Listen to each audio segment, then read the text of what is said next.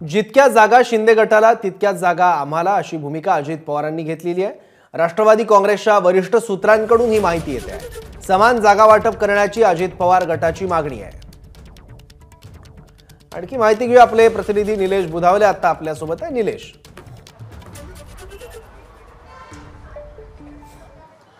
सौरभ, अजित पवार यांच्या देवगिरी निवासस्थानी आज आमदारांसह एक महत्त्वाची बैठक पार पडणार आहे। प्रदेशाध्यक्ष सुनील तटकरे देखील या बैठकीला उपस्थित असतील आणि आगामी काळातल्या लोकसभा जागांसंदर्भामध्ये या बैठकीमध्ये चर्चा होण्याची शक्यता आहे। जानेवारी महिन्यामध्ये केंद्रीय मंत्री अमित शहा यांच्या उपस्थितीमध्ये एकनाथ शिंदे, अजित पवार या सगळ्या नेत्यांच्या समवेत महाविकास आघाडीतल्या घटक पक्षांना किती जागा देण्यात येणार या संदर्भातली प्रामुख्याने चर्चा होणार आहे।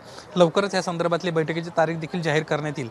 तत्पूर्वी अजित पवार गटाची नेमकी काय अपेक्षा आहे या संदर्भामध्ये माहिती घेण्याचा प्रयत्न केला असता जेवढ्या एकनाथ शिंदे यांच्या शिवसेनेला जागा देण्यात येतील तेवढ्याच आम्हाला पण मिळाव्यात, सत्तेमध्ये आम्ही समसमान वाटेकरी आहोत, अशा पद्धतीची एक भूमिका या निमित्तानं घेण्यात आल्याचं आपल्याला पाहायला मिळतंय। अजित पवार गटानं आपली भूमिका स्पष्ट केलेली आहे। खरं तर 9 जागांमध्ये ऑलरेडी 9 जागा अजित पवार गटानं आपल्याला कोणत्या हव्यात या संदर्भातली काही दिवसांपूर्वीच एक सूतोवाच त्यांच्या वतीनं करण्यात आले होते आणि त्या कुठल्या जागा असतील हे देखील आपण एबीपी माझाच्या माध्यमातून दाखवलं होतं।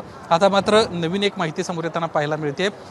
जे एकनाथ शिंदेच्या शिवसेनेला जागा मिळतील तेवढ्याच आम्हाला पण मिळाल्या पाहिजेत अशा पद्धतीची ही भूमिका अजित पवार गटाने घेतल्याचं आपल्याला एबीपी माझाला विश्वसनीय सूत्रांना आपल्याला या संदर्भातली माहिती दिलेली आहे। जानेवारीत या संदर्भातली ज्यावेळेस अमित शहा यांच्यासोबत बैठक होईल त्यानंतर खऱ्या अर्थानं स्पष्टता येताना आपल्याला पाहायला मिळणार आहे। सौरभ, धन्यवाद या माहितीबद्दल। एबीपी माझा, उघडा डोळे बघा नीट।